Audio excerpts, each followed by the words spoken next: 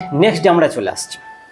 আজকের দিন হচ্ছে আপনার রবিবার, আর রবিবারে চতুর্থী, তো 4 দিনের যে আজকের ডেট হচ্ছে আমরা 6 অক্টোবর। তো আজকের দিনে 4 নম্বর যে মায়ের যে নাম আছে সেইটা আমরা উচ্চারণ করব, তার আহ্বান করব। কুষ্মান্ডা। কুষ্মান্ডা মানে হচ্ছে কদ্দু, কুমড়োর মতন সে আমাদেরকে পুরো সবাইকে রেখেছে তার ভিতরে।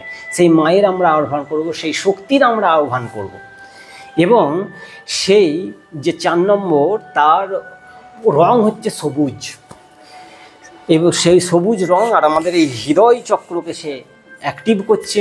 সেই হৃদয় চক্রকে অ্যাক্টিভ করার একটা বীজ মন্ত্র আছে, সেই মন্ত্রটাকে আপনাকে জানতে হবে। সারাদিন শুধু সেই মন্ত্রের আপনাকে উচ্চারণ করে যেতে হবে, আহ্বান করে যেতে হবে।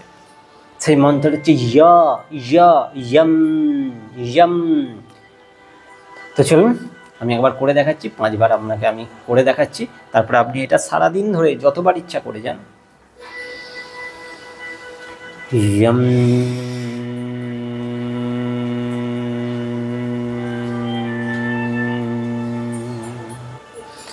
ইয়ম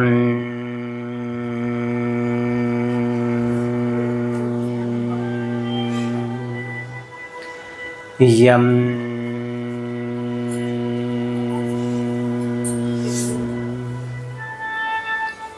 ইয়ম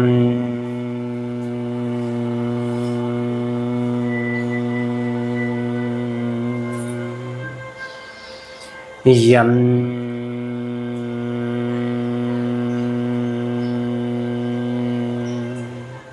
কিছুক্ষণ বসুন, পুরো ধ্যান আপনার হৃদয় চক্রে। সবুজ কালারের একটি বলয় ঘুরছে, যার থেকে এনার্জি পুরো শরীরের মধ্যে সঞ্চারিত হচ্ছে। মা কুষ্মান্ডার সঙ্গে আপনি বিলীন হয়ে যাচ্ছেন, তার সঙ্গে আপনি কানেকশানে চলে এসেছেন, তার এনার্জির সঙ্গে আপনার এনার্জি মিলে গেছে, আর আপনি সেই এনার্জিকে সঞ্চয় করে নিজেকে আরও এনার্জেটিক করে তুলেছেন। আবার বলে দিই, মন্ত্রর নাম হচ্ছে ইয়ম। পুরো দিন আজকে চতুর্থীর পুরো দিন, আজকে রবিবার 6 অক্টোবর, মা কুষ্মান্ডার পুজো করা হচ্ছে।